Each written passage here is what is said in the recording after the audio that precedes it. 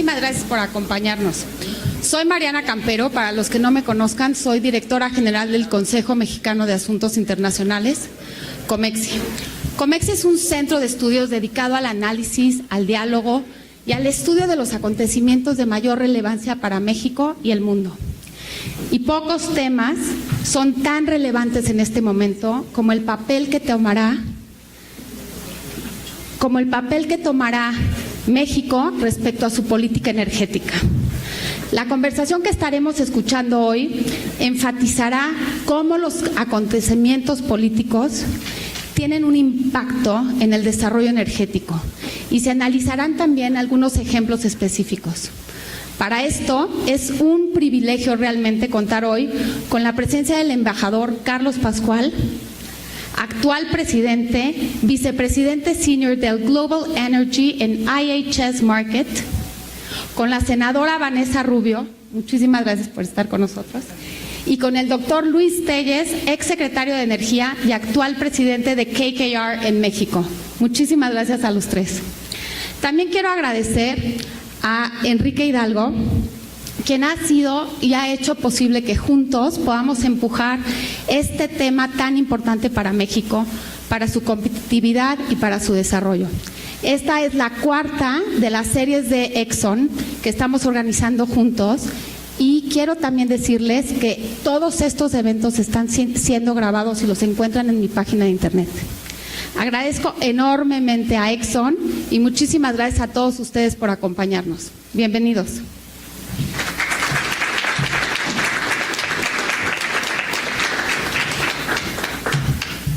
Y con esto le paso la palabra al embajador Carlos Pascual.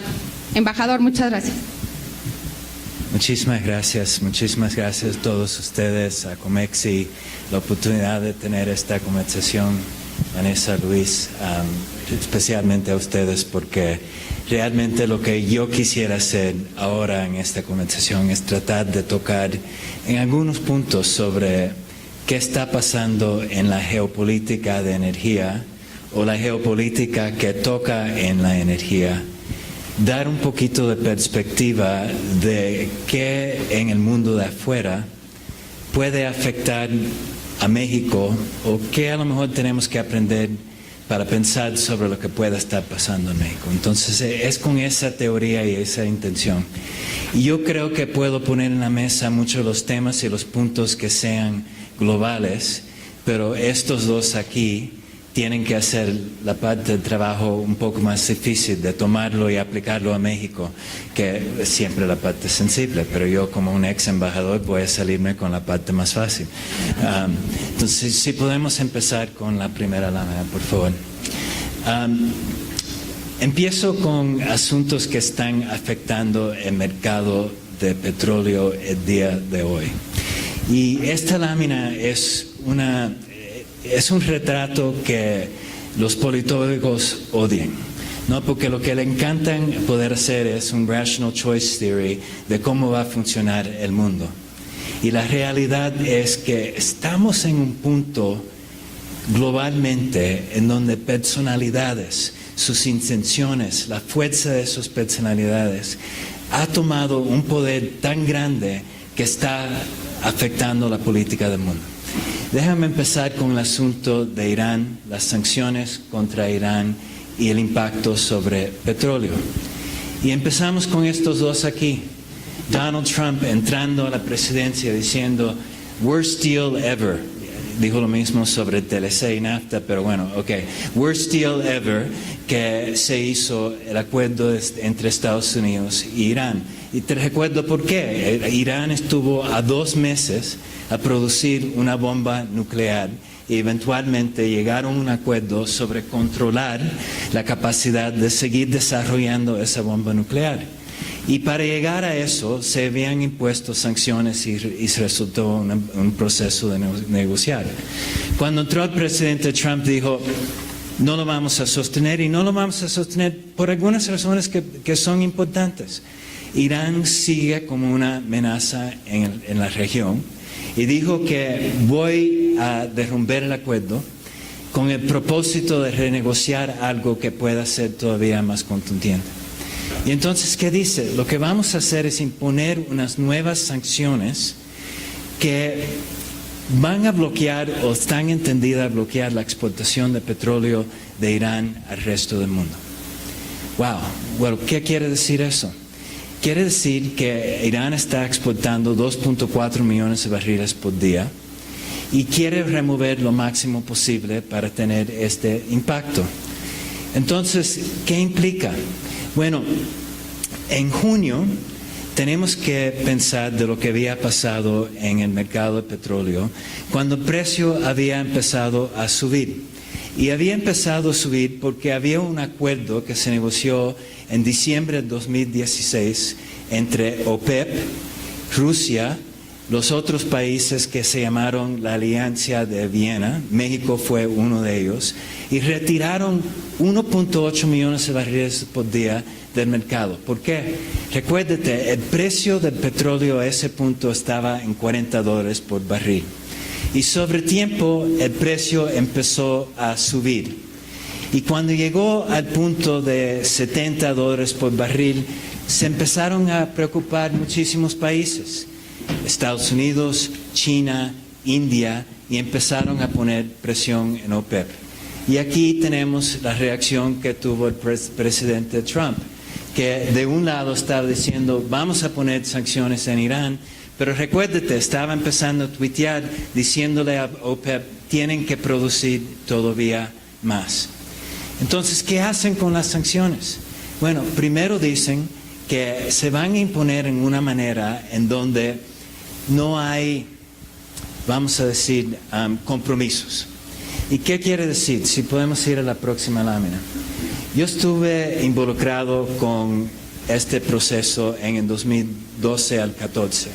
Y la intención durante ese periodo fue imponer presión en Irán, pero al mismo tiempo dejar a países que estaban importando petróleo poder seguir importando si reducían gradualmente en bloques que eran significativos. Lo que dijo el presidente Trump es, esta vez, no mercy. Si sigues importando sanciones, esas compañías van a ser bloqueadas del acceso al mercado de Estados Unidos. ¿Y qué implica? Bueno, si eres un europeo, básicamente dices, si eres Total, BP, Eni, Equinor está aquí, no es parte de la Unión Europea, pero esencialmente dices, no tengo la capacidad de sostener ser bloqueado el acceso al mercado de Estados Unidos. Lo mismo con Japón, lo mismo con Corea del Sur. Entonces, ¿qué pasa aquí? Pues, cuente que vas a perder 1 millón de barriles de petróleo por día. ¿Qué pasa con otros países? India. Si eres Reliance, obviamente no puedes vivir con un bloqueo al acceso del mercado de Estados Unidos. Si eres Turquía, un poco más complicado. A lo mejor otros 200,000 aquí. El otro que es interesante es China, importando más que cualquier otro país. Pero ¿qué pasa con China? China fue sancionado en el 2010, una compañía que está encargada con todo el intercambio de petróleo entre China y Irán, un banco que está responsable para todas las finanzas entre China y Irán. Y esencialmente China está diciendo, pues, ya me sancionaste, sancióname otra vez, pero en realidad yo tengo una bronca contigo en los asuntos de comercio y esto me da todavía un poco más palanca. Entonces China no va a hacer nada. Bueno, ¿qué ha sido el impacto? Seguimos a la próxima lámina. Esto fue en agosto. Y lo que vimos fue, estas son las exportaciones de Irán a Europa, aconteciendo lo que pensamos, lo que iba a pasar, y ya siguiendo para abajo. Aquí lo vemos en total, entre todos los países, en donde en agosto solamente perdieron casi 700,000 barriles por día.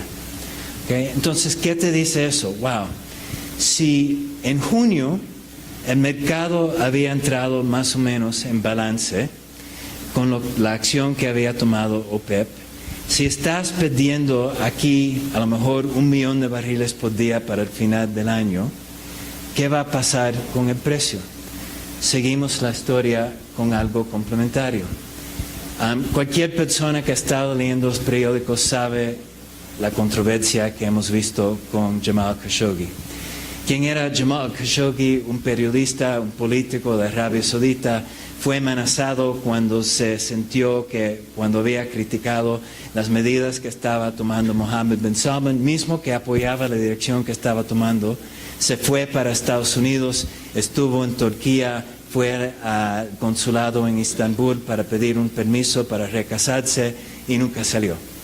Okay. Y ahí ya hemos oído las cuentas, las historias de lo que ha pasado,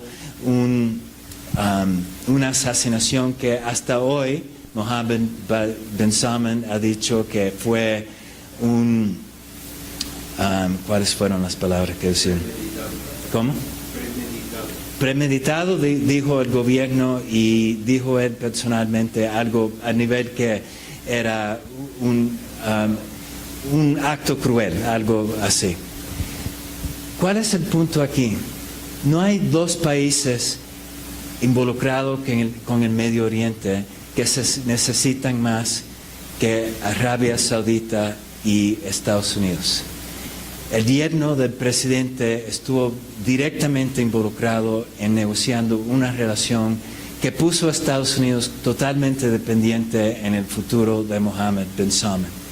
¿Y qué pasa ahora con esa relación? Primero, Donald Trump dijo que, bueno, puede haber sido rogue killers. Después dijo, worst cover-up ever. Ahora empieza a decir que puede haber consecuencias de lo que pase aquí. Pero, ¿qué sería la implicación entre Estados Unidos y Arabia Saudita? Y particularmente, piensa sobre esto. Sobre la reducción de exportaciones de Irán. Uno de los mecanismos que existe para proteger, para balancear el mercado, mejor dicho, sería la producción de Arabia Saudita. Y Arabia Saudita, para poder aumentar todavía más la producción, están a un nivel histórico más alto que han tenido a cualquier tiempo, 10.7 millones de barriles por día. Si fuesen a subir todavía más, empieza otro riesgo en el mercado también, que esencialmente la capacidad exigente, el spare capacity que tienes, si tienes otra crisis en el mercado, esencialmente se ha desaparecido. Entonces, ¿qué va a hacer Arabia Saudita? ¿Va a invertir más para poder producir más o no? Puede ser el factor que pueda balancear el mercado, y si lo hacen, ¿cuál riesgo existe? Y hoy el ministro de Energía de Arabia Saudita confundió los mercados todavía más, porque sale esta mañana y dice, ¿sabes que a lo mejor tenemos demasiado petróleo en el mercado? 3 días anterior había dicho que iban a producir 11 millones de barriles por día. ¿Qué quiere decir? ¿Y cuál sería la implicación de Estados Unidos para poder sostener la relación que tiene con Arabia Saudita para mantener un cierto balance en el Medio Oriente? Seguimos a la próxima lámina. Venezuela. Wow. Venezuela al principio del año estuvo produciendo 1.8 millones de barriles por día. En junio había bajado a 1.4. Para el final del año estamos estimando que va a llegar, sigue la próxima lámina un segundo, que va a llegar a más o menos como 900,000 barriles por día. Entonces, pensamos de junio, cuando el mercado estaba en balance, perdimos unos 500,000 barriles aquí, perdimos 1 millón de barriles en Irán. ¿Y qué va a pasar con el mercado? Si regresamos a la lámina anterior, lo interesante aquí es la importancia de las personalidades que han exigido autoridad y control total sobre la economía y la política de Venezuela. Un presidente que se ha hecho totalmente vulnerable, y en siendo vulnerable, ¿qué ha hecho? Le ha entregado al ejército el poder sobre todo el intercambio del país, no solamente comida, pero narcotráfico y energía. Y el que es el CEO de PDVSA es un general, sustituyendo a alguien que anteriormente fue un PhD de Stanford en Petroleum Engineering. Y entonces, ¿qué está pasando en Venezuela? Una crisis tan grande que la producción sigue reduciéndose más porque están esencialmente utilizando cada pozo que puede producir cada plataforma para robarlo y mantener a otros. ¿Okay? Entonces, si no tienes efectivo y si estás más dependiente en China y en Rosneft para poder financiarte, ¿qué está aconteciendo? Más y más el petróleo que están produciendo va para pagar la deuda. Y irónicamente, el país que está pagando más en efectivo el día de hoy es Estados Unidos. ¿Qué hemos visto en total? En fin, un país en donde tiene una inflación de más que 1 trillion%, 1 billón por ciento al año, y en donde la moneda en huevos se ha hecho más importante que tener efectivo. Entonces, regresando aquí, la política, el ejército, ¿qué ha pasado en el mercado de petróleo y cuál va a ser el impacto sobre los precios? Seguimos dos más adelante. China. ¿Por qué voy aquí? El intercambio, bueno, primero pensar un poquito sobre el entendimiento de China y Estados Unidos. Los dos son superpowers, los dos quieren mantener el poder. Y ninguno de los dos esencialmente quiere echarse para atrás sobre la batalla sobre comercio. Y no quiere decir que Estados Unidos en un caso de este tipo no tenga un punto. Yo creo que el enojo que existe sobre China, el robo de propiedad intelectual, los subsidios que han hecho por empresas estatales, sí ha sido un problema para todo el mundo. Pero entonces existe la pregunta, ¿cómo resolver el problema? Y aquí, si miramos lo que ha hecho Estados Unidos, tarifas en $200 mil millones de importaciones de China, amenaza contra 267 mil millones de dólares más, China contra 110 mil millones de dólares de Estados Unidos. Estrategias diferentes, ¿no? Porque obviamente el volumen de importación de Estados Unidos es muchísimo más alto. Y ellos, entonces, Estados Unidos puede tener un impacto más en volumen, pero lo que está haciendo China es enfocarse en Boeing, en soybeans, en lugares que pueden tener impacto político. ¿Y qué va a acontecer? Bueno, si lo medimos solamente en el impacto del PIB, midiéndolo por medio del nivel de intercambio que tenemos entre los dos países, a lo mejor un impacto de 0.3% del PIB de Estados Unidos, a lo mejor un poquito más de China.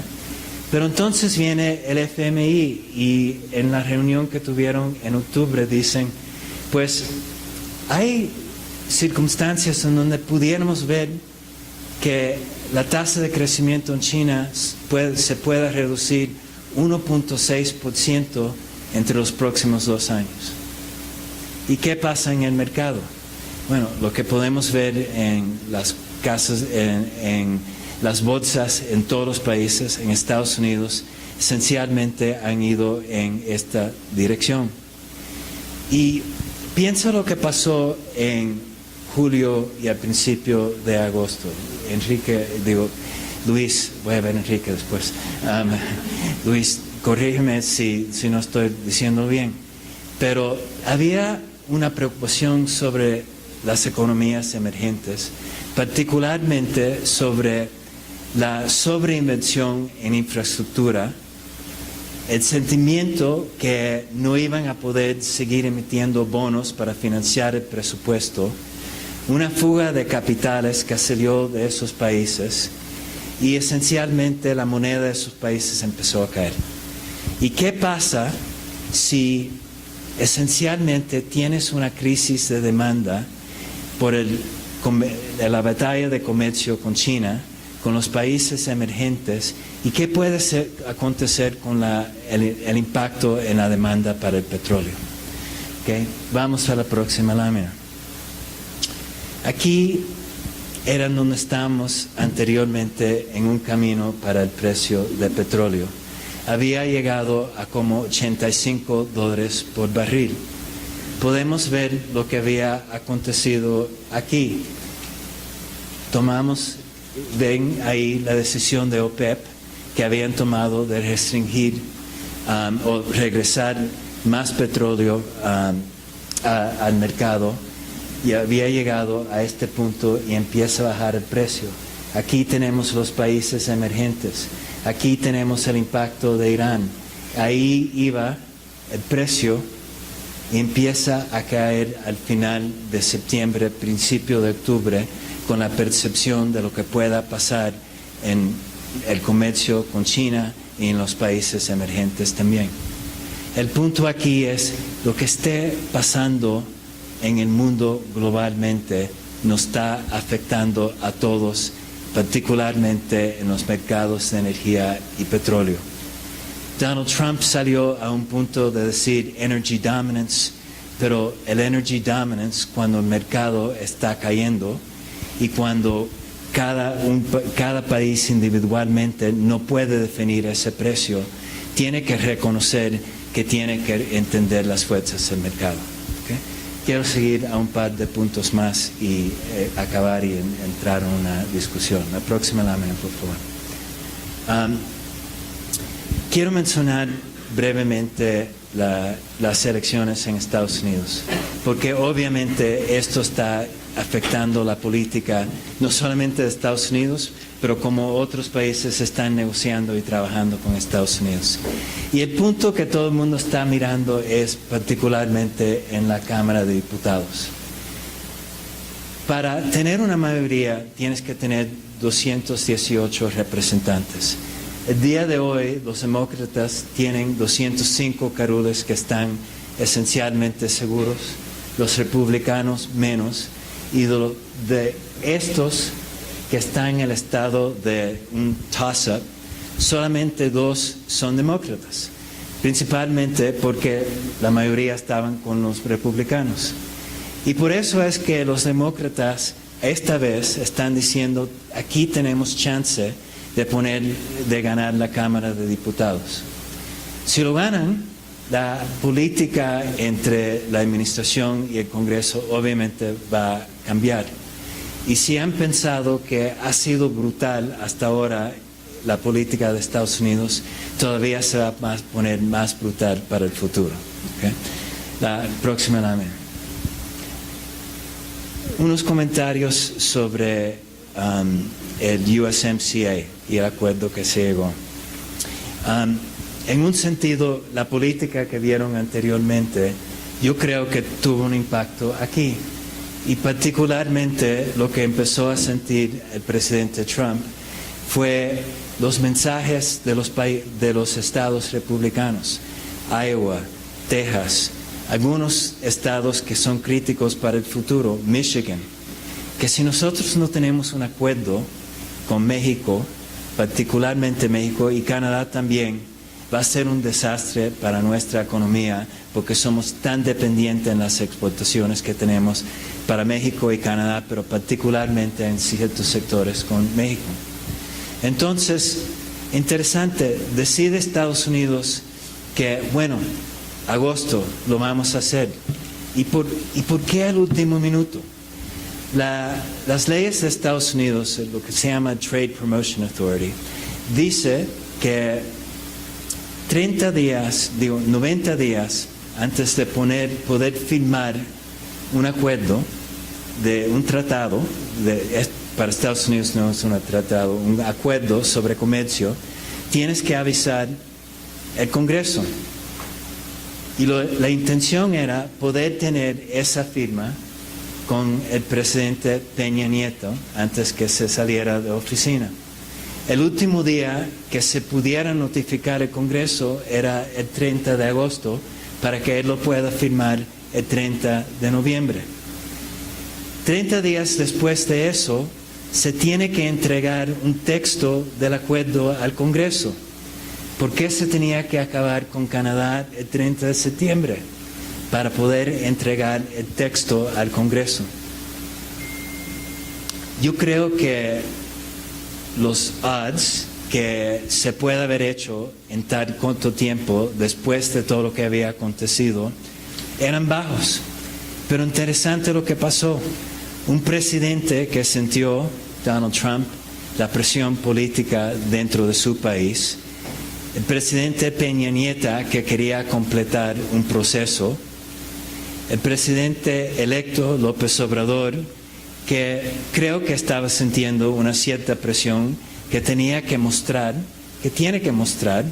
que quiere una relación con Estados Unidos, porque si no tiene una relación económica con el destino del 80% de las exportaciones del país, entonces la implicación en el mercado sería totalmente negativa y el riesgo de fuga de capitales sería enorme. Y finalmente Justin Trudeau, que tiene una elección el año que viene y sin un acuerdo con Estados Unidos en México, particularmente Estados Unidos, las implicaciones para las exportaciones de Canadá hubieran sido contendientes. Entonces, otra vez, los intereses de individuos afectando la política que eventualmente resultó en el acuerdo que se sacó entre los tres países. La próxima lámina. Entonces, regresamos a México. Entre todo esto, ¿cuáles son algunas cosas que a lo mejor podrían salir y deberíamos pensar sobre cómo se vaya a comportar el próximo gobierno con el sector petrolero? Y empezamos particularmente con el upstream. Interesante para mí, hablando con muchas personas en esta sala, sobre la reunión que tuvo Andrés Manuel López Obrador con Amexi al final de septiembre. Y si pensamos de la discusión que había anteriormente, el punto era que se iban a revisar los contratos, tenían que ser legítimos y tenían que ser en el interés de México. Y realmente creo que son. Pero cuando se llegó a esta discusión, esencialmente el punto ese se puso al lado y el enfoque era producción. Y lo que le hace falta a México es producir más, y el mandato que le dio a los productores es que sigan implementando los contratos. Pero ¿qué más se queda en duda? ¿Van a haber rondas en el futuro? ¿Y cuál va a ser la perspectiva para poder seguir llenando la producción que quiere el presidente electo para llegar a su meta de 2.5 millones de barriles por día? Y si es posible o no, es todavía otra cosa que se debe discutir. ¿Qué va a pasar con las asociaciones con Pemex? Anteriormente hablábamos de los farm outs, eran controlados por CNH y CENER y Hacienda. Ahora dicen que se van a negociar directamente. ¿Con cuáles campos, cuáles socios, en cuáles tiempos? ¿Qué va a pasar con la inyección que se ha platicado de 3.500 millones de dólares para Pemex? ¿Va a ser una diferencia significativa o no? ¿Qué va a pasar con la exportación de hidrocarburos? Se ha mencionado algunas veces que a lo mejor no se puedan exportar. Y si eso sería el caso, ¿qué sería la reacción de los operadores? Se ha dicho que no se va a producir no convencionales.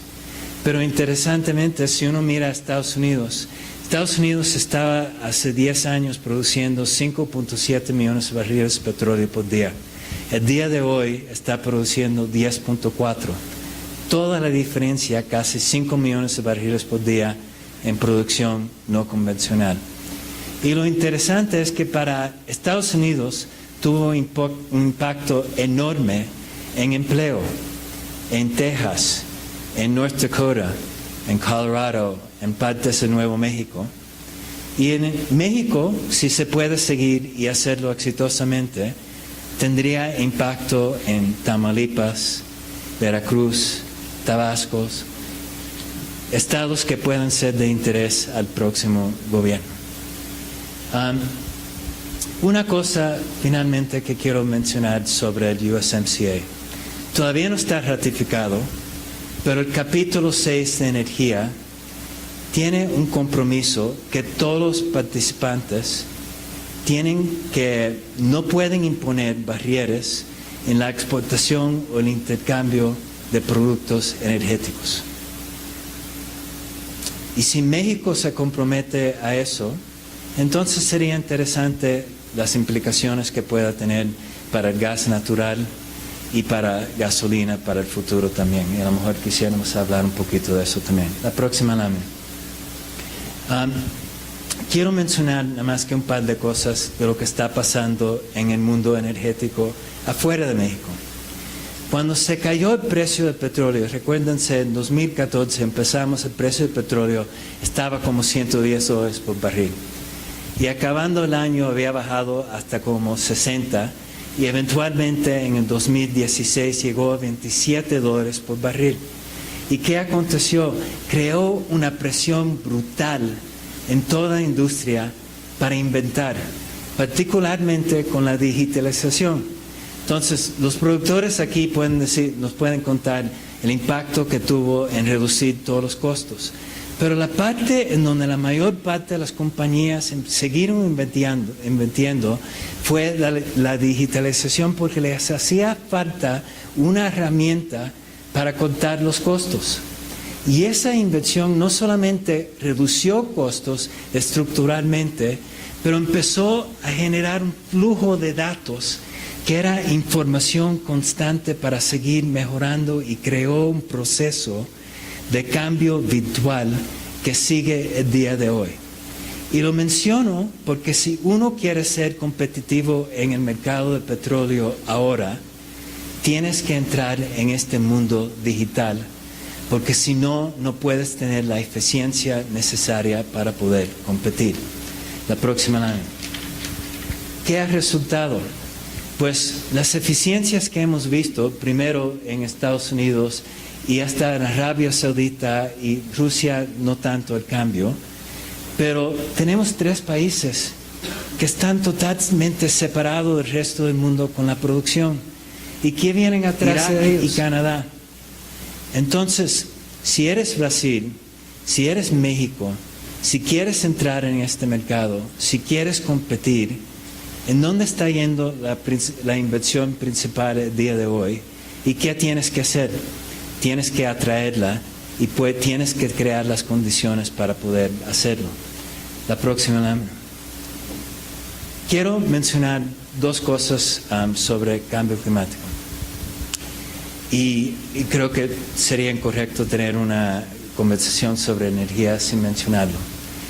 La razón que puse esta lámina aquí es que el Acuerdo de París cambió la dinámica política sobre los acuerdos de cambio climático. ¿Okay? Lo que hizo fue, no va de tratar de decidir cuál sería el sendero ideal para reducir las emisiones a llegar a una cierta meta. Lo que le pidieron a cada país fue, ¿qué puedes hacer? Y eso rompió un bloqueo en las negociaciones, porque todos empezaron a decir, ok, yo me puedo comprometer con esto y lo otro. Pero si lo empiezas a juntar país por país, y aquí el impacto más grande es China, si lo empiezas a juntar para llegar a la meta a donde tienes que llegar para mantener el aumento de temperatura de todo el planeta no excediendo 2 grados, y ahora están diciendo 1.5, si sería 1.5 aquí, todavía nos falta un 30%. ¿Okay? Y a algún punto se tiene que llegar a cuadrar lo que nos dice la ciencia y lo que se ha negociado. Ahora, si podemos seguir con la próxima lámina. Lo que está aconteciendo es el potencial de una nueva batalla geopolítica. Si puede darle un clic más. Aquí tienes el consumo de energía global, cómo va a aumentar en el futuro. Seguimos con el próximo. Esto es el consumo de los países del OECD. ¿Qué te dice? Todo este consumo viene de los países que están afuera del OECD, países emergentes. Y la mayor parte de todo eso es en Asia. El próximo clic.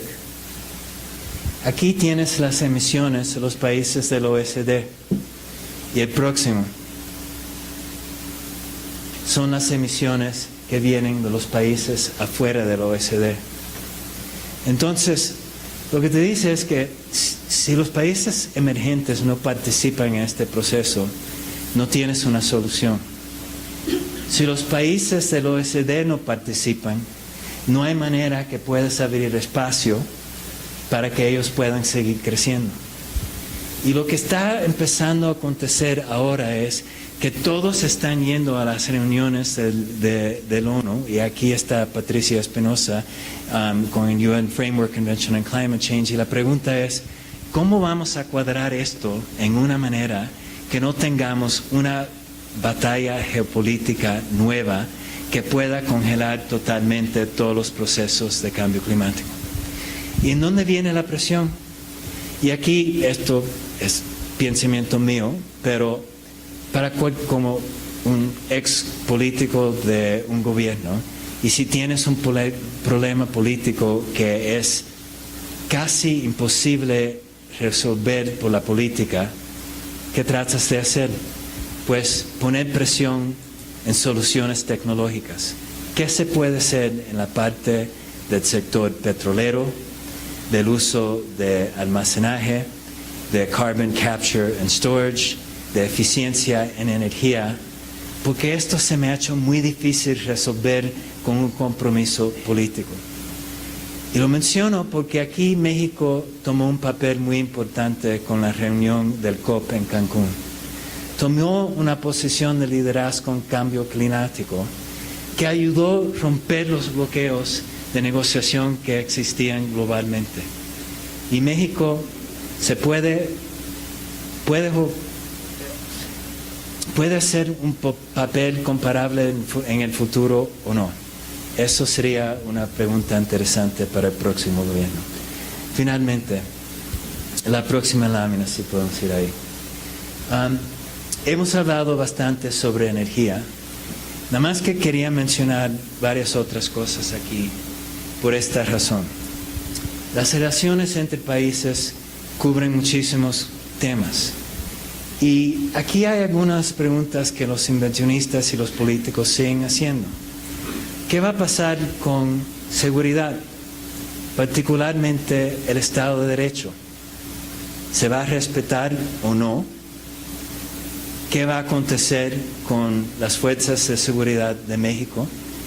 ¿Cómo se va a mantener la seguridad? Si va a ser basada en esencialmente una amnistía, ¿cómo va a funcionar? ¿Va a haber un mando único? ¿Y qué va a haber en lo que llamé aquí hotspots? Acapulco o Cancún. Porque esos pueden tener un impacto simbólico como reacción en los mercados generalmente. ¿Qué va a pasar con las finanzas, particularmente la balanza fiscal? Ya hablamos un poquito sobre los países emergentes, el sobreinvestimiento en proyectos de infraestructura, el impacto que tuvo cuando no pagaron, y qué aconteció en Turquía, por ejemplo, con la lira. Una devalorización brutal. ¿Qué puede pasar con México? ¿Van a mantener ese balance o no? Y si lo mantienen, ¿qué va a acontecer con la agenda del gobierno de inversión? Y si no lo mantienen, entonces, ¿cuál sería la implicación más amplia? Y en la parte internacional, solamente quería mencionar este tema del muro.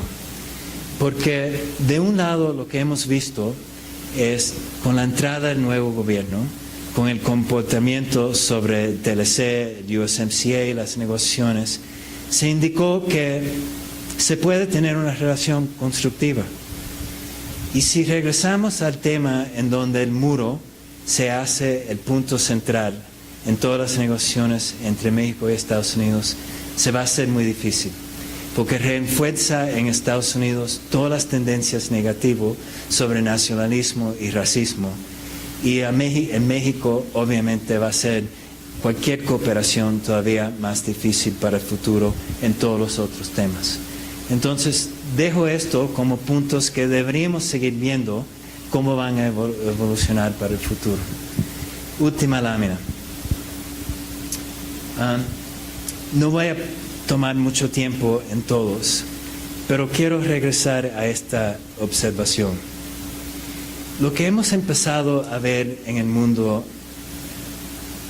globalmente, en la política externa, es que más y más tenemos a individuos que están dominando la política de sus países.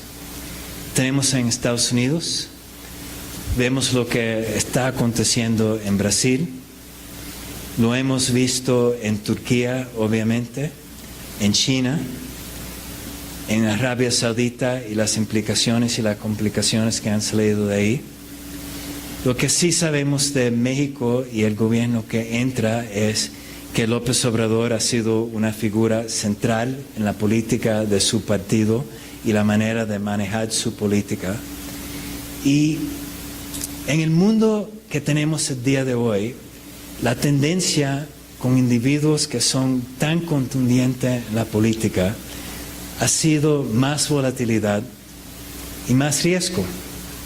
En fin, porque tienes confrontaciones entre individuos y no entre sistemas que están creados para poder balancear el riesgo y tener checks and balances sobre cómo esos riesgos puedan evoluir.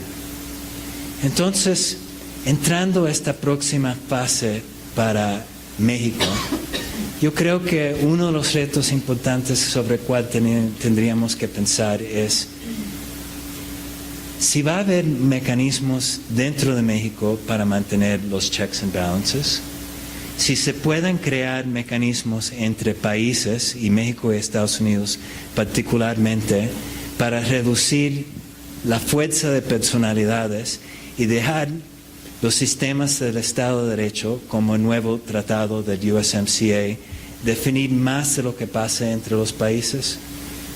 O si no podemos ir en esa dirección, ¿cuáles serían los riesgos y qué se tendría que hacer? Y aquí los dejo con este último punto. Yo creo que de cualquier manera se va a tener que, México y Estados Unidos necesitan una conversación entre los líderes. A veces sí se me hace difícil pensar qué sería la conversación entre Donald Trump y López Obrador. Y va a ser un reto para Marcelo Ebrard. Pero creo que es algo que se debería tomar serio. Porque ese tipo de diálogo para individuos que son tan contundentes en sus países va a ser fundamental para mantener la relación entre los dos. Y yo creo que es algo que va a ser necesario para la industria, para la política, para poder tratar de manejar. Y déjame parar ahí. Gracias por la presencia.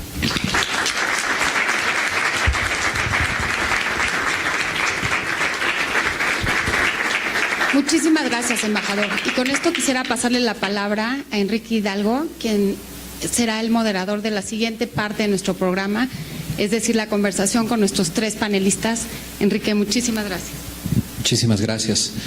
Bueno, gracias a Carlos, muchísimas gracias por tus palabras y por tus comentarios. Estoy seguro que todos, al igual que yo, siempre encontramos las palabras de Carlos de lo más interesantes en temas de energía. Y creo que una de las razones por las cuales es así es porque se nota tanto el compromiso como la pasión. Y voy a contarles una historia de Carlos que me parece que lo explica muy bien. El año pasado decidió llevarse a toda su familia de vacaciones adentro de un rompehielos a conocer el Círculo Polar Ártico y a ver de primera mano, por un lado, la belleza del Ártico y por otro lado, lo que está pasando en el cambio climático. Una persona que tiene ese nivel de compromiso con lo que está haciendo, evidentemente llega a conclusiones muy profundas. Y yo creo que lo interesante de lo que Carlos nos compartió es el rol de estas personalidades. Los grandes vectores de cambio están ahí, una transformación del balance de poder en Irán, un colapso de economías, y un cambio tecnológico muy profundo. Pero es en los momentos de cambio, más que en los de orden, cuando las personalidades tienen mucho rol. Y es cuando se requiere pensar de una manera mucho más amplia. Y es por eso que creo que para nosotros es un gran honor que a los comentarios de Carlos tengamos ahora la posibilidad de escuchar de dos de las mentes más claras en México, que creo que pueden ayudar mucho. Primero nos va a compartir sus reflexiones la senadora Vanessa Rubio. Vanessa tiene una gran virtud y es que, como buena internacionalista, es multidisciplinaria, pero su carácter multidisciplinario no se quedó en la academia. Es uno de esos casos raros de una persona que ha tenido la capacidad de tomar decisiones de alto nivel en temas financieros, en temas internacionales, en temas sociales, que son quizá los tres grandes vectores de México y esenciales para encontrar resultados ante los retos del siglo XXI. Vanessa, muchísimas gracias por acompañarnos. Si nos compartes tus reflexiones, por favor. Gracias. Muchas gracias, al contrario, gracias a ti, Enrique, gracias, Mariana, y gracias a mis colegas con quienes estoy compartiendo la mesa, tanto el embajador Pascual como Luis Telles. Saludos a todos. Bueno, pues ahora sí que nos diste, Carlos, muchos elementos para la reflexión.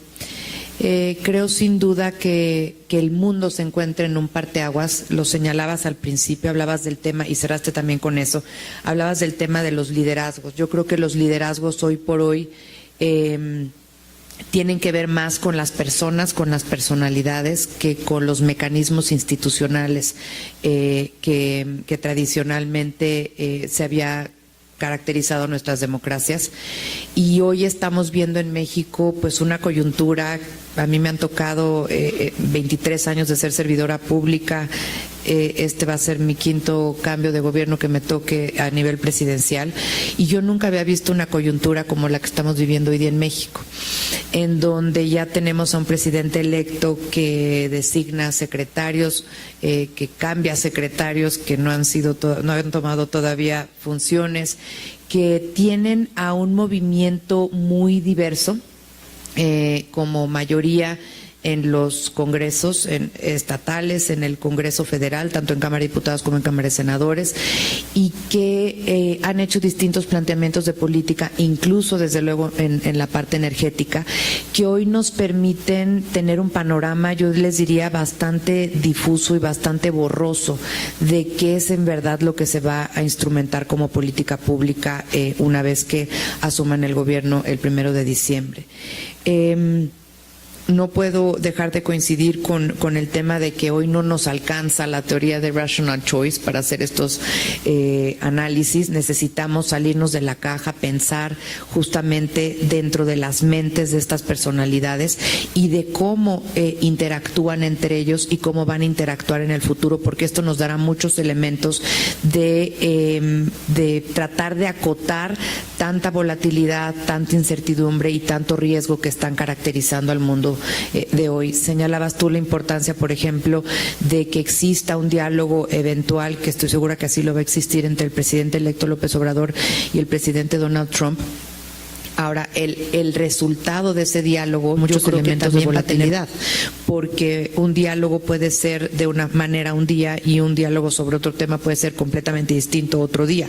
Y yo creo que eso es a lo que nos estamos acostumbrando en general. Yo recuerdo cuando era subsecretaria de Hacienda, pues un tuit nos tumbaba el tipo de cambio de un día para otro, se comía reservas, y hoy día ya los mercados incluso se están acostumbrando a que eso no es definitorio hasta cierto umbral, ¿no? Y quizá hemos visto una volatilidad que no habíamos visto la última semana y exacerbada el día de ayer y el día de hoy, pero más enfocada a incertidumbre que existe respecto de la consulta que se va a hacer, que se comenzó a hacer el día de hoy y hasta el domingo respecto del aeropuerto. Creo que eso es lo que caracteriza al mundo de hoy, y México no escapa a esta característica general, que es la incertidumbre. Yo creo que estos liderazgos con tantos acentos para un lado y para el otro, lo que nos han hecho es esto, acostumbrarnos a que como un día dicen una cosa, otro día dicen otra cosa, y el mundo está expectante ante esta volatilidad. Ahorita platicaba yo justo con Enrique antes de comenzar el panel, y él hacía un comentario que me pareció muy relevante. Vaya a pasar lo que vaya a pasar el domingo y se vaya a decidir lo que se vaya a decidir, ya hubo un cambio sustancial en México. Nosotros estábamos acostumbrados a que si se definía un proyecto, si se abrían a los mercados, si se recibían inversiones. A mí me tocó ir a hacer las exposiciones en los mercados de Nueva York sobre las inversiones en el aeropuerto, y el hecho de que hoy estén entredicho que los inversionistas institucionales, quién sabe que les van a tener que decir a sus clientes en el caso de que la decisión sea contraria, pues nos pone otra vez en una situación de vulnerabilidad, de riesgo, de incertidumbre, que reitero es una característica que estamos viviendo en el mundo, pero que México en particular en este nuevo liderazgo está siendo un elemento relevante a considerar. Y este riesgo lo que implica pues son posibles disrupciones en distintos mercados. Una posible disrupción inminente puede ser en el tema de infraestructura, pero una disrupción más de mediano plazo pues lo puede ser en el sector energético.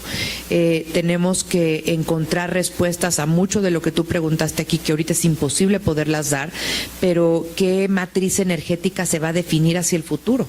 ¿Qué política energética va a ser la que va a guiar? ¿Va a guiar el tema de las refinerías?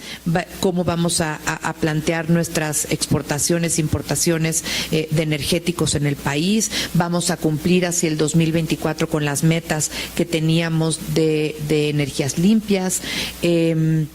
Vamos a continuar incluso en pactos como el que hemos estado nosotros liderando por tanto tiempo en relación al cambio climático. Se ha hablado de una política exterior menos activa, menos proactiva. Se ha hablado de que la mejor política exterior es la política interna. Entonces, al final del día, creo que si algo tenemos es que no tenemos claridad respecto de lo que va a suceder en el sector energético. Sin duda también tenemos dudas de qué va a pasar con las alianzas que se habían planteado. Estuvimos durante año y medio haciendo el plan de negocios famoso de Pemex, ¿no?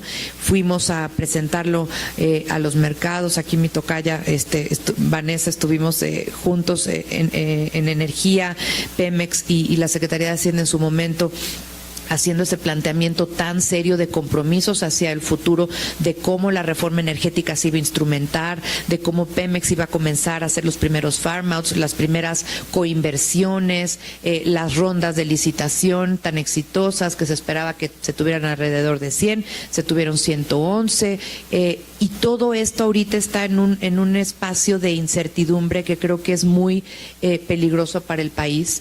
Se hablaba de si teníamos la capacidad institucional y política en México de ejercer esos contrapesos.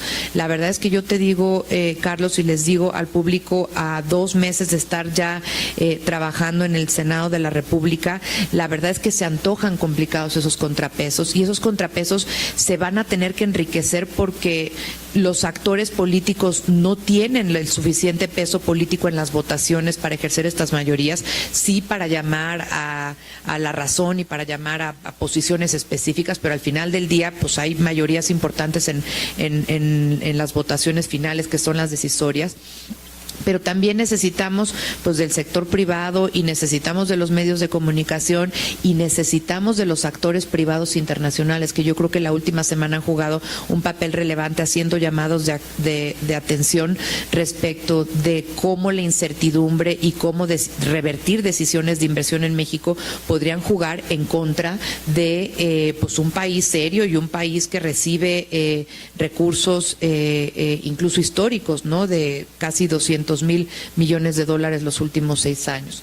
En ese sentido, creo que los contrapesos van a tener que funcionar más, van a tener que funcionar mejor y sobre todo yo creo que, y siempre le he dicho, ya vamos a tener que pasar a una etapa postideológica y pospolítica en donde lo que trabajemos sea todos por el bienestar de México y por tratar de sacar propuestas que beneficien al país y que no dañen la reputación de un país que le ha costado décadas en construirla y en fomentarla y en asegurarla frente al mundo, ¿no? Entonces, el tema reputacional yo creo que es un elemento fundamental, porque cuando un país pierde la credibilidad, se antoja algo bastante poco tangible, pero cuando, ustedes lo saben, cuando un país pierde la credibilidad frente a los inversionistas, frente a los mercados, es lo peor que le puede pasar. Y el momento de una volatilidad financiera más abrupta, de inestabilidad en los mercados, pues algo que hemos abatido y combatido los últimos años en México con buenas políticas, con instituciones y con decisiones que han sido permanentes y no con decisiones que han sido infundadas o abruptas. Entonces, en ese sentido, creo que hay mucho que trabajar hacia adelante en estos pesos y contrapesos. Hablabas de qué preguntas se hacen los inversionistas y los analistas políticos sobre México. Yo creo que todo lo que pusiste en esa lámina es absolutamente relevante. Y volvemos al tema. Si uno se fija en la lámina que tú planteaste, todo tiene que ver con incertidumbre. ¿Qué va a pasar con las inversiones en el sector energético? ¿Qué va a pasar con los organismos reguladores? ¿Qué va a pasar con un tema fundamental en México que son los organismos autónomos? Por décadas hemos construido una institucionalidad justamente para que no ocurran decisiones unipersonales que nos lleven a resultados no deseados y bueno, pues estamos viendo que mucho de lo que se ha dicho en los últimos meses ha tenido que ver con retos significativos de estos institutos autónomos, desde el que mide la pobreza, ¿no? Pasando por el que hace censos y el que mide la inflación y hasta el que es el encargado de la política monetaria de este país. Entonces, al final del día, creo que toda esta institucionalidad pues debe de ser preservada por los mexicanos, y creo que a lo mejor hemos estado un poco en un periodo de pasmo y en donde estamos justamente esperando a que todos estos cuestionamientos se resuelvan, pero yo creo que antes de que se resuelvan los cuestionamientos pues hay que empezar a alzar la voz, hay que empezar a hacer propuestas, hay que empezar a ser mucho más proactivos justamente para que el resultado se oriente más hacia lo que esperamos y no de repente nos llegue un resultado que no deseamos y que además es un resultado no deseado para la economía, la competitividad y el futuro de productividad que queremos para nuestro país en los distintos sectores, desde luego incluido el energético. Creo que es muy importante cuando hablamos de que uno de los legados más importantes y uno de los bienes a preservar en nuestro país son las finanzas públicas sanas.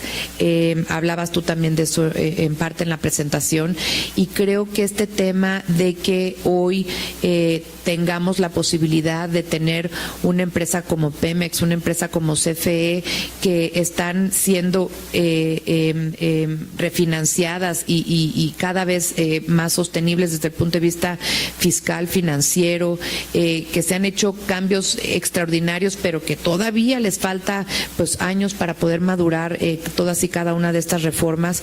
El hecho de que tengamos también, hablabas del déficit fiscal y del entorno fiscal que tiene México.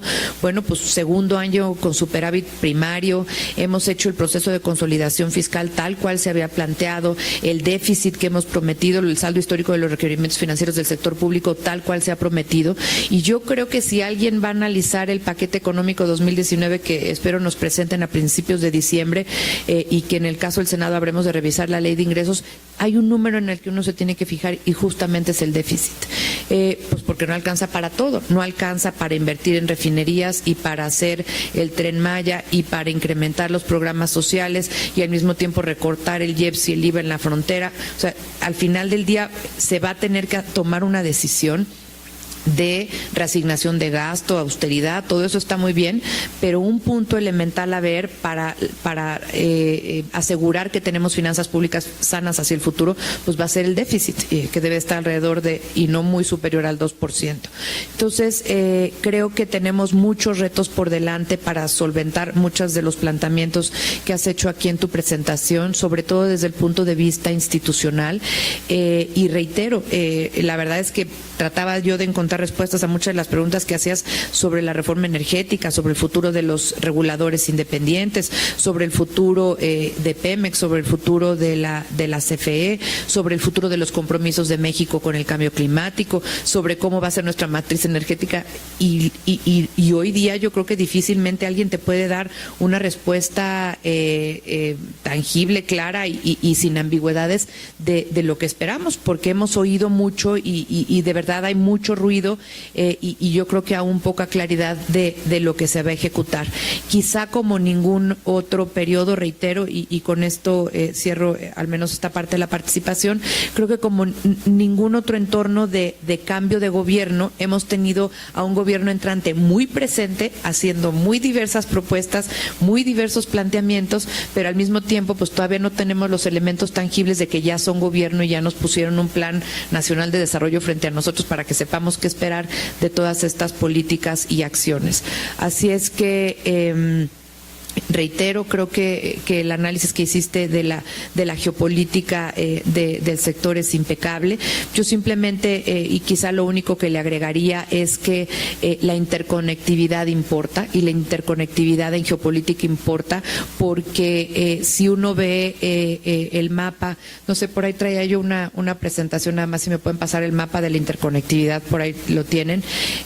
Cuando uno habla de es la que sigue, es relevante. Miren, si uno ve esta interconectividad fundamentalmente de oleoductos, gasoductos, carreteras, puertos, aeropuertos, que tienen que ver con con el traslado, la interconexión del sector energético, entre muchos otros, pues uno se da cuenta de que al final del día lo que queremos es tener una serie de vínculos y carreteras y oleoductos y gasoductos mucho más desarrollados en México. Vean la diferencia que tenemos del mapa de Estados Unidos con el que tenemos en México.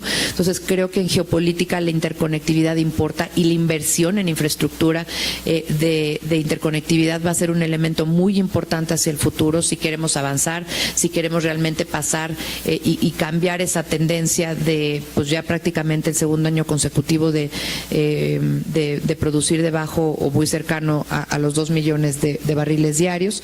Y otra interconectividad que también creo que importa, que es la que sigue, es la que se ha planteado por años y años, que es la que se tiene con Centroamérica. Se han planteado proyectos desde hidroeléctricas en el Usumacinta, la interconexión eléctrica que ya tenemos de CIEPAC, el sistema de interconexión eléctrica para Centroamérica, que básicamente ahí tenemos un problema político, y hablabas de los problemas políticos. Lo único que nos falta para que estemos completamente interconectados desde México hasta Panamá es un espacio que va entre Los Brillantes, Guatemala, hasta Aguacapa, en Guatemala. Y una vez haciendo esa interconexión tendríamos la posibilidad de tener el CIEPAC completo, cuando ustedes saben que la energía en Centroamérica es 3 veces más cara que en México, y además sus necesidades de energía son 6 veces más de las que producen en distintos países de la región, básicamente 3 de ellos los que producen energía. Entonces, simplemente cierro con esto. Creo que también cuando uno habla de geopolítica, la interconexión importa, y también esa es una cuestionante, una duda más hacia el futuro, qué tanto México va a estar dispuesto a realizar todas estas inversiones en infraestructura energética y en interconexión tan relevantes y tan importantes, y un elemento central de la reforma energética. Entonces, si no se quieren las reformas como estaban, pues la pregunta es qué sí se quiere, qué elementos de las reformas se van a rescatar, y qué tanto vamos a privilegiar el Estado de Derecho, los compromisos internacionales, y sobre todo la inversión privada que ya está llegando, ya está aquí en nuestro país, y que debemos de honrar y que debemos de proteger si somos un país serio y si estamos de acuerdo a lo que somos, que es la 11ª economía del mundo. Muchísimas gracias.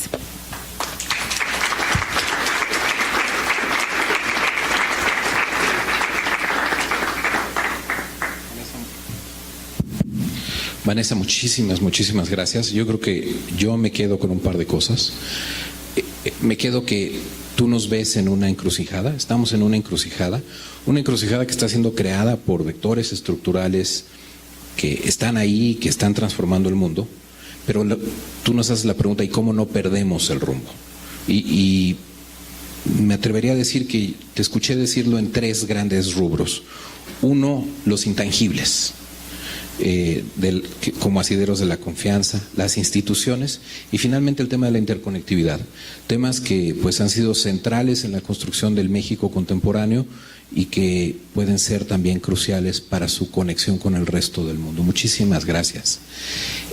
Quisiera pasarle ahora la palabra a Luis Telles, una persona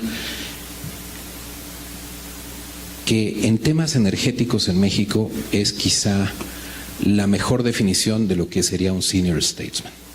El año pasado, les cuento, me leí un libro muy sabroso que se llama Out of the Desert. Out of the Desert lo escribió el director de Saudi Aramco, ministro de Energía, Ali Al-Naimi.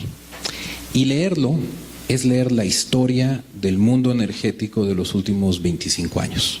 Es un paseo fascinante y uno se entera de todo lo que pasó en el mundo y toda la geopolítica de la energía, el verdadero mundo de la energía. Y a la hora que ve todos los personajes cómo juegan, con una frecuencia tremenda y con una claridad muy fuerte, sale Luis Telles como un personaje que claramente le está dando rumbo a las cosas. Luis, a ti te ha tocado enfrentar tiempos de grandes cambios y te ha tocado encontrar cómo darle el rumbo y pues ojalá nos puedas ayudar a pensar un poquito dónde estamos y a dónde vamos. Muchas gracias. Muchas gracias, Enrique. Muy buenas tardes a todos. Gracias, Carlos. Vanessa, qué gusto estar contigo otra vez. Voy a tratar de ser muy breve porque la presentación que nos hizo Carlos sobre los distintos temas nos puede llevar a quedarnos aquí hasta mañana en la mañana reflexionando sobre ellos y discutiendo sobre ellos. Y por supuesto los comentarios de Vanessa muy valiosos. Primero me gustaría comentar que el mundo energético ha cambiado desde que conocí al ministro Naimi hasta el día de hoy en forma espectacular. Carlos lo mencionó, pero sí me gustaría resumir algunos de los puntos que son fundamentales. Primero, hay una transición energética, querramos o no querramos, en términos de que ha habido un cambio en el uso de distintos tipos de energía y sobre todo estamos yendo hacia energías mucho más limpias que las que se desprenden, o el uso de energías que las que se desprenden de productos derivados del petróleo. El crecimiento en las energías limpias en materia de electricidad ha sido muy importante y el uso del gas natural, también una energía limpia, no tanto como la energía solar o la energía eólica, es cada vez más intensa y el mapa que mostraba Vanessa claramente, creí que todavía estaba, es un mapa buenísimo, claramente lo muestra. En México estamos cambiando y ya cambiamos básicamente el sector energético eléctrico, lo cambiamos de ser un sector que usaba como combustible primario combustóleo, altamente contaminante, por plantas de ciclo combinado operadas por gas y una cantidad muy importante de megawatts o de gigawatts que tenemos en el país, tanto de energía solar como de energía eólica. Y eso está pasando en todo el mundo, en algunos países como los países escandinavos y algunos países europeos con mucho más rapidez, pero inclusive China, que es un consumidor muy importante de carbón, es un país en el que la energía limpia en materia eléctrica ha aumentado en forma muy importante. Entonces estamos teniendo un cambio muy fuerte en una transición energética que obviamente tiene impacto sobre los precios, sobre los incentivos a la inversión, etcétera. Y esto lo ha permitido, lo dijo muy bien Carlos, los cambios tecnológicos que ha habido en los últimos años. y claramente no podemos estar ajenos a ellos y no estamos ajenos a ellos, y la prueba es el mapa que nos dio, que nos mostró Vanessa, y los cambios que ha habido en la composición de la matriz energética de nuestro país, en el que, perdón, lo vuelvo a repetir, la energía eólica y la energía solar están jugando ya un papel muy, muy importante. El segundo cambio que veo muy importante en la parte energética es cómo ha cambiado la geopolítica o la geografía. Después le metemos a la política, pero simplemente la geografía de la energía. Cuando tuve la oportunidad nuevamente de trabajar con el ministro Naimi, los Estados Unidos eran un importador neto de energéticos. Hoy día los Estados Unidos son un exportador neto de hidrocarburos, no de petróleo, pero sí se considera el gas más el petróleo, los Estados Unidos ya son exportadores netos, y obviamente tenemos otro productor en Norteamérica enorme que aparece en una de las últimas gráficas que nos dio Carlos, Canadá, que hoy día es un exportador muy importante y que con las nuevas autorizaciones, podemos estar de acuerdo o no, ese es un tema de cada quien y es un tema que tiene que ver con la evaluación ambiental, con los permisos que se han dado para la construcción de distintos oleoductos y gasoductos, etcétera, en Estados Unidos. El producto que se genera en Canadá pues tiene un acceso mucho más fácil a los mercados internacionales.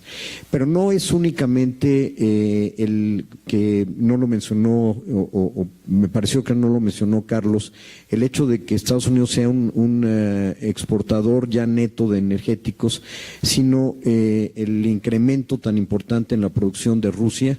Y como tercer lugar ya en tu gráfica salía claramente, quedó muy claro, y bueno, el declive de Venezuela como uno de los productores importantes, y en general la pérdida de participación de la OPEP en la producción mundial de hidrocarburos y de energía en general, porque no únicamente son los hidrocarburos, sino también el gas. El gas no es un bien que se consuma únicamente localmente. Debido a la tecnología, hoy día los Estados Unidos te está exportando gas de la costa del Golfo de México a Japón a través del Canal de Panamá, y debido a las plantas de licuefacción y relicuificación, qué palabra más difícil, que existen en los países que reciben el gas.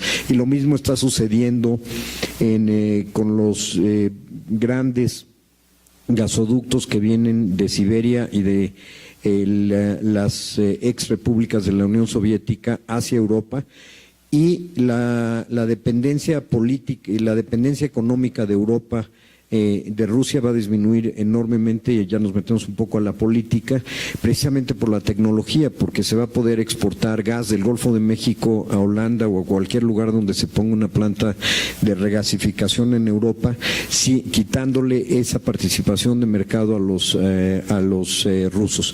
Por lo tanto, si mi mensaje es, ha habido un cambio enorme en la parte energética. México no puede estar exento de ese cambio. El cambio ha tenido que ver principalmente con nuevas tecnologías, con la nueva conciencia ambiental, o un cambio muy favorable hacia una conciencia ambiental muy importante, y a la interconexión que se ha dado en distintos combustibles o en distintos energéticos, primarios, que hace apenas 20 años eran simplemente existían las plantas de regasificación y licuificación y los ductos, etcétera, pero no eran económicos. Hoy día lo son, y eso nos hace cada vez, por la tecnología, y eso nos hace cada vez más interdependientes, no dependientes, interdependientes, que es muy importante, y México es parte de esa ecuación, geopolítica internacional y obviamente todo lo que se ha comentado aquí, no voy a entrar en ello, el cambio en los precios nos afecta, pero ahora somos por razones que no voy a discutir, somos importadores netos de hidrocarburos o productos refinados de hidrocarburos y por lo tanto nuestros términos de intercambio se ven afectados en forma distinta hoy día a lo que se veían afectados hace 20 años. Las finanzas públicas no, pero los términos de intercambio sí. Y creo que México ha construido precisamente para poder participar exitosamente en ese mundo energético cada vez más cambiante, más tecnificado, más sofisticado, ha construido las instituciones y el marco jurídico para poderlo hacer. Vanessa abrió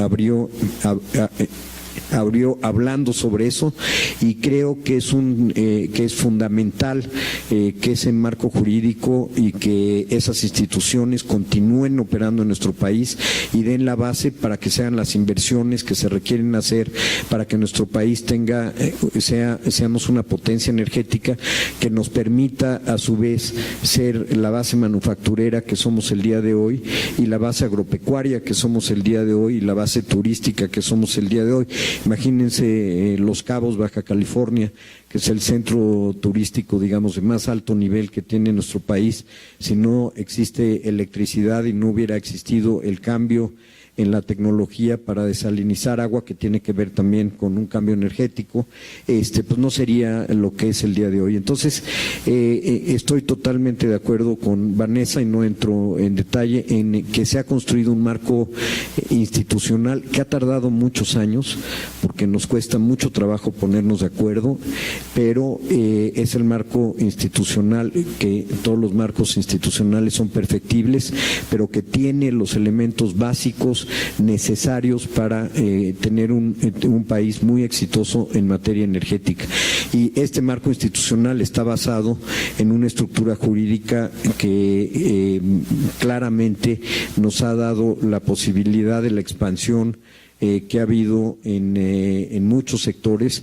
Las rondas de las que hablaba Vanessa, la expansión en el sector eléctrico, la expansión en las energías limpias, la expansión en la infraestructura de gas natural, de transporte, almacenamiento, etcétera, de gas natural en nuestro país, el uso del gas natural en las plantas de ciclo combinado y sobre todo eso.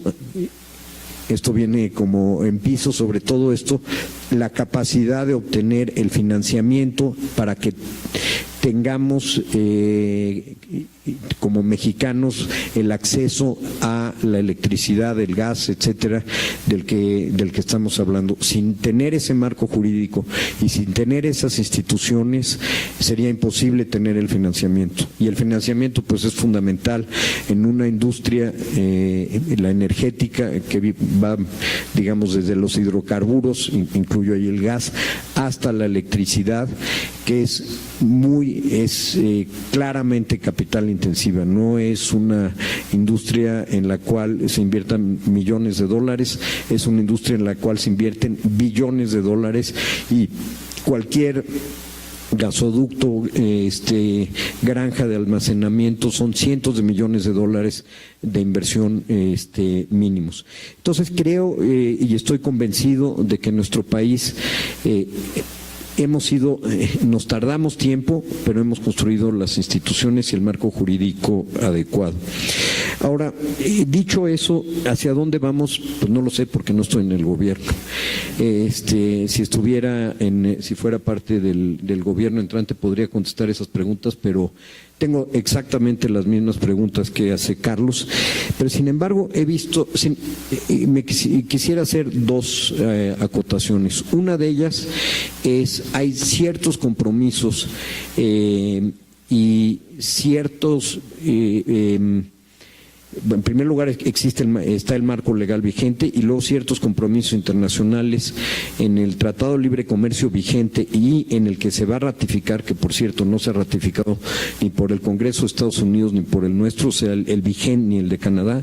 El vigente es el que tenemos que comenzó el 1 de enero de 1994, en donde estos cambios que se han dado a toda nuestra estructura legal, institucional, etcétera, son parte de un compromiso internacional jurídico y que claramente tenemos que respetar como país y vamos a respetar como país, y el gobierno el gobierno electo lo avaló claramente con declaraciones del presidente electo y con su presencia en la mesa de negociaciones.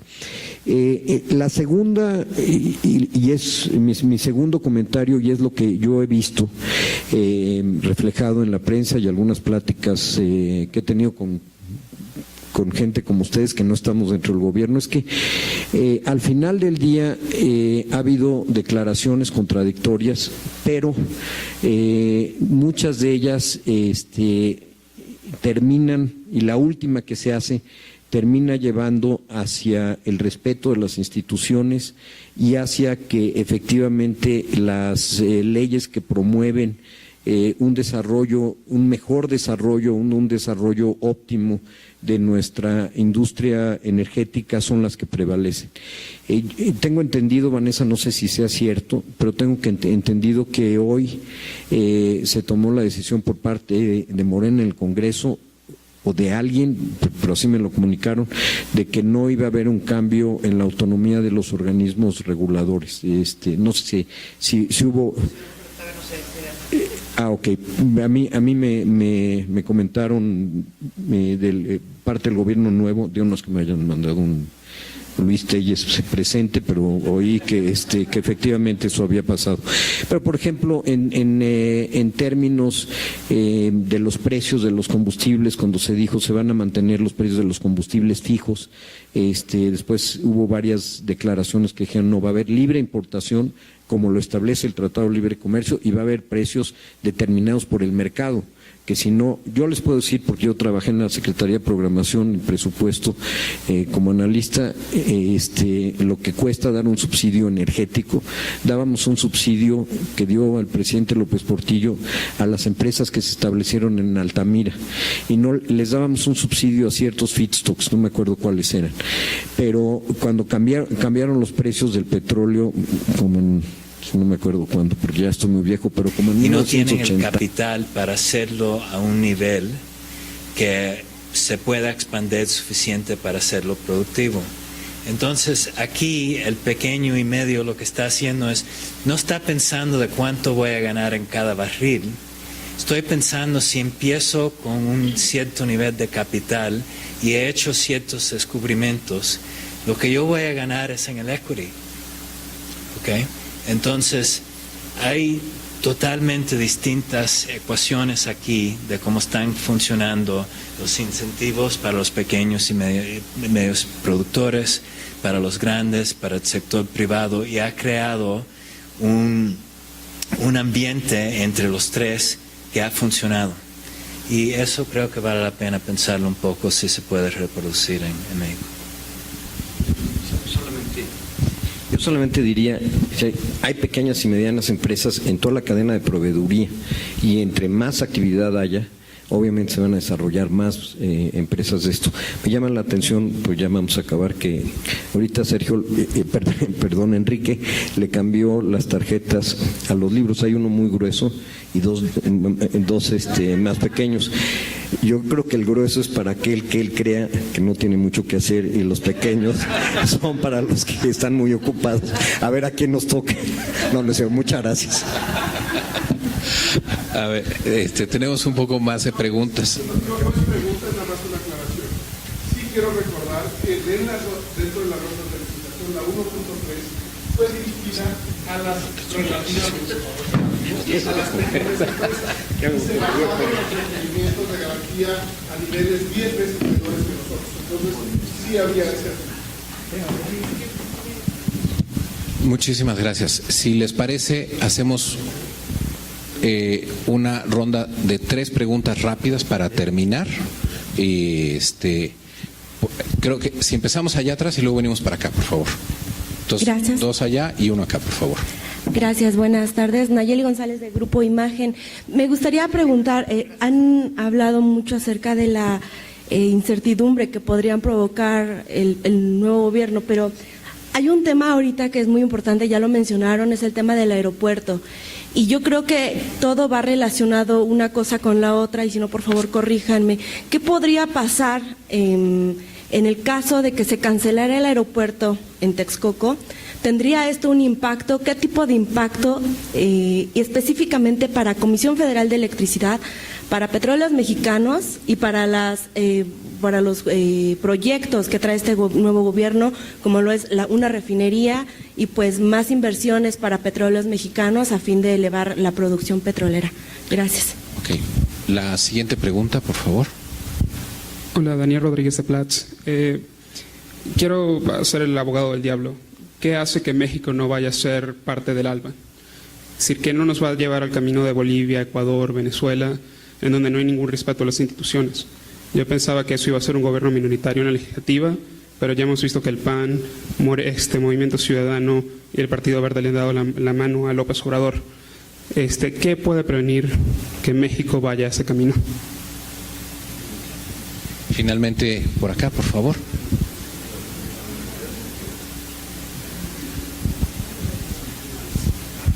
Gracias. Mi nombre es Adrián Fernández, muchos años funcionario y ahora dirijo una pequeña fundación, Iniciativa Climática de México. Gracias, embajador Pascual, por una excelente, muy estimulante presentación.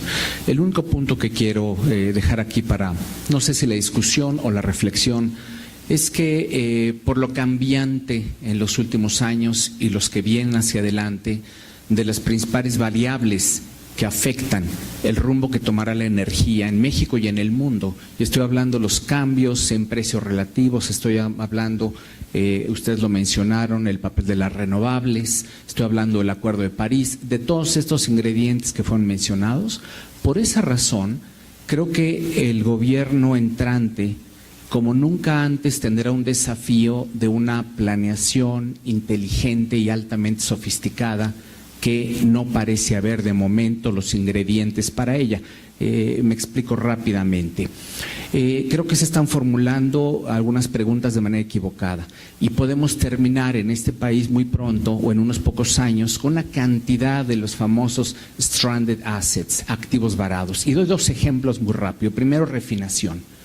Si seguimos obsesivamente persiguiendo una cuestión que parte de la ideología, que es queremos ser autosuficientes en combustibles, la pregunta es equivocada. La pregunta debe ser, dado que todo está cambiando, dado que en 15, 20 años no vamos a seguir con las necesidades de utilizar combustibles convencionales y luego va a caer rapidísimo, entonces la pregunta debe ser, dado este entorno variable, ¿cuál es el punto óptimo para México en inversión en refinación? Y entonces vivir con esa respuesta inteligente, decir, ok, vamos a subirlo hasta 70% de capacidad de lo que necesitamos en el país y vamos a importar el resto y no pasa nada porque no vamos a dejar en 15, 20 años un cementerio de grandes refinerías inútiles o subutilizadas. El segundo ejemplo rápidamente, y que mi amigo Toño Sousa me ha escuchado siempre mencionarlo, aunque no es tan evidente como las refinerías, es si sobredimensionamos el papel del gas natural en los siguientes 20 años en la matriz energética y generación de electricidad, también vamos a acabar con un cementerio de plantas de ciclo combinado que, insisto, si hacemos más de lo que necesitamos en un panorama óptimo en donde tenemos que abrazar la llegada de tecnologías más baratas, olvídense de medio ambiente, que es mi vocación de toda la vida, más baratas, y entonces lo que hay que hacer es invertir en redes inteligentes, en sofisticar las capacidades de modelación, de predicción, etcétera, etcétera, etcétera, para subir la vara que va a terminar con las metas actuales de energías limpias de la ley de transición. La energía variable va a ser como de 15%, o sea que hay mucho margen más para asimilar renovables antes de empezar a preocuparnos que se nos vaya a caer el sistema, que por cierto nunca deberíamos de atentar contra una inestabilidad del sistema. Pero ojo con los activos varados, no solo en refinación, que es muy evidente, sino también con gas, que por cierto, si pretendemos que la mayor parte, con que la mitad de la demanda futura de electricidad pretendamos cubrirla con nuevas plantas de ciclo combinado, basta con eso para no cumplir el pico de emisiones que prometimos en el NDC, las metas de París de México, y por supuesto no vamos a cumplir tampoco las metas al 2030. Gracias.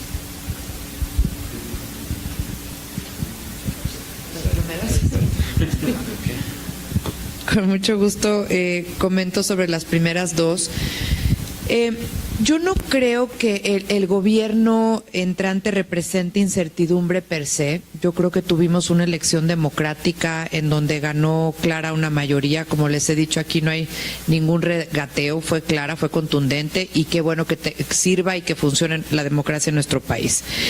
Lo que sí creo que puede generar incertidumbre son malas decisiones de política y malas políticas. Entonces yo creo que eso es en lo que hay que estar vigilantes. Y los efectos de una posible cancelación del actual aeropuerto, pues en la parte económica, reiteraba yo, pues son penalizaciones por incumplimiento de contratos.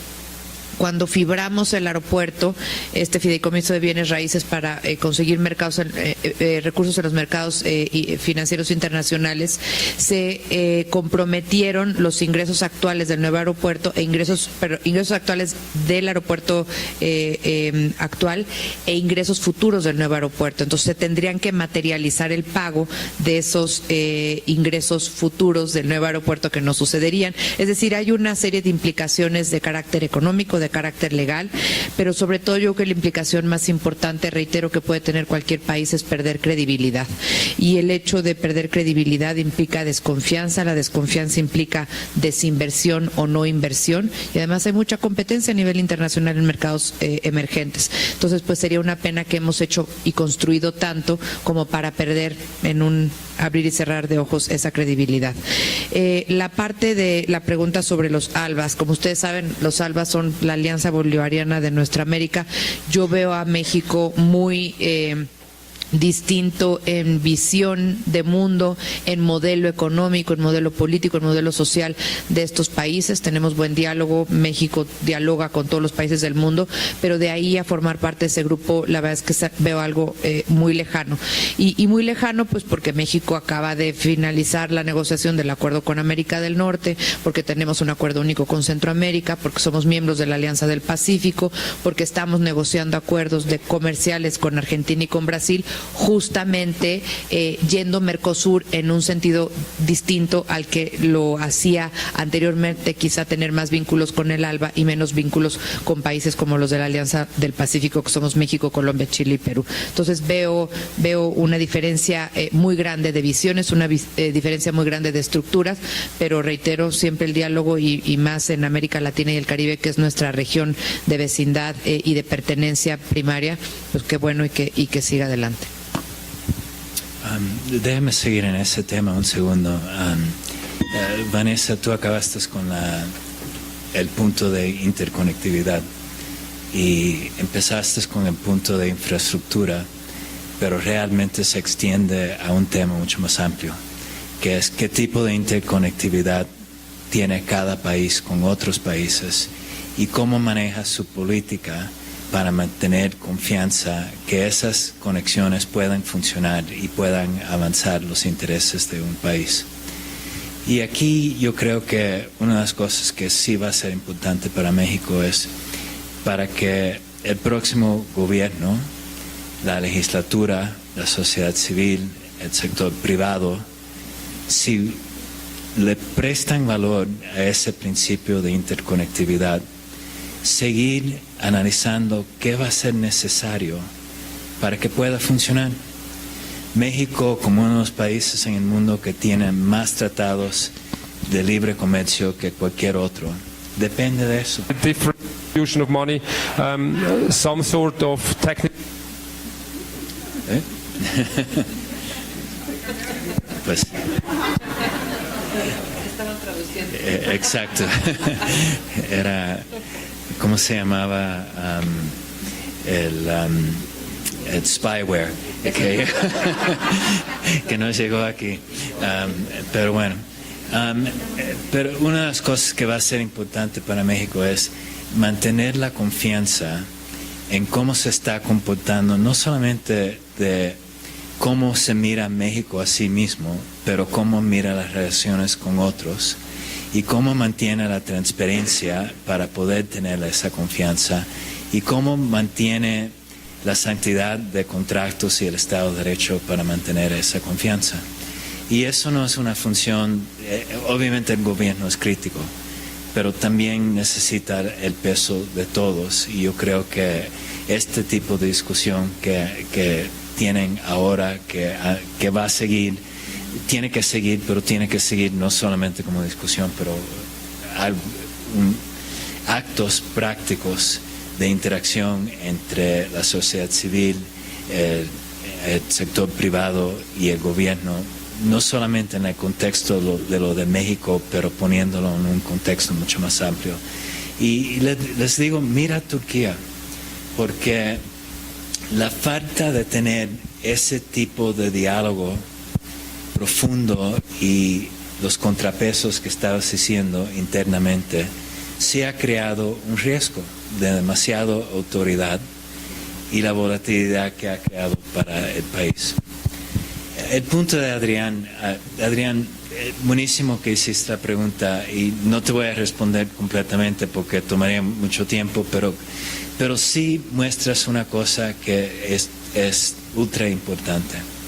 Tenemos una interacción el día de hoy en el sector energético entre tecnología, innovación, mercados, a veces política, cómo se define seguridad de energía y sustentabilidad. Y todos están funcionando y cada uno tiene sus factores en cada uno que están cambiando. Y parte de lo que está aconteciendo con la tecnología es que la competitividad relativa entre fuentes de combustibles y de generación de electricidad, esa competitividad sigue cambiando. Entonces, si uno está haciendo una inversión ahora, siempre estás preguntando qué es rentable ahora por 5 años, 10 años y hasta dónde va, ¿no? Y cómo se miden esos trade-offs entre las inversiones y las tecnologías y qué se debe de hacer.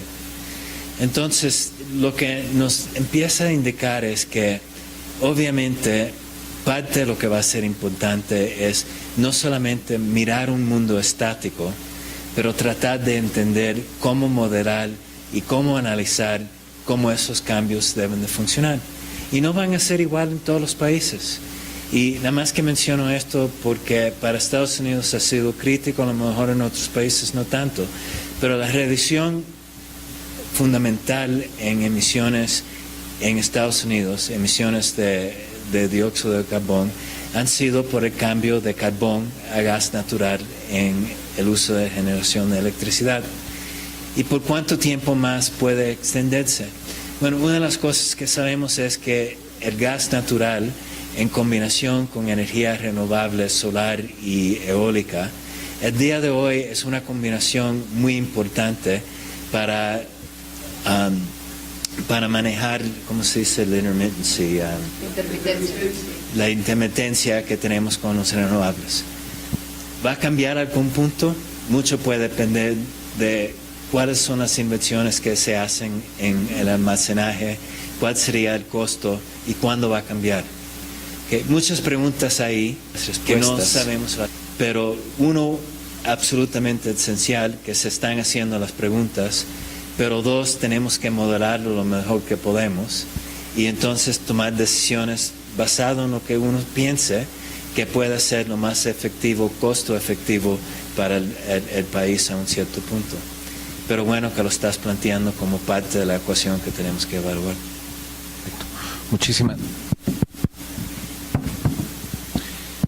Muchísimas gracias.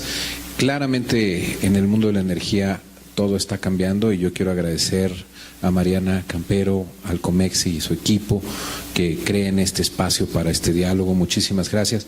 Y les pido por favor un aplauso para Carlos, para Vanessa y para Luis. Muchísimas gracias. Y tenemos un cóctel, entiendo, entonces por favor quédense, platiquemos un poquito más. Muchísimas gracias por venir, buenas noches.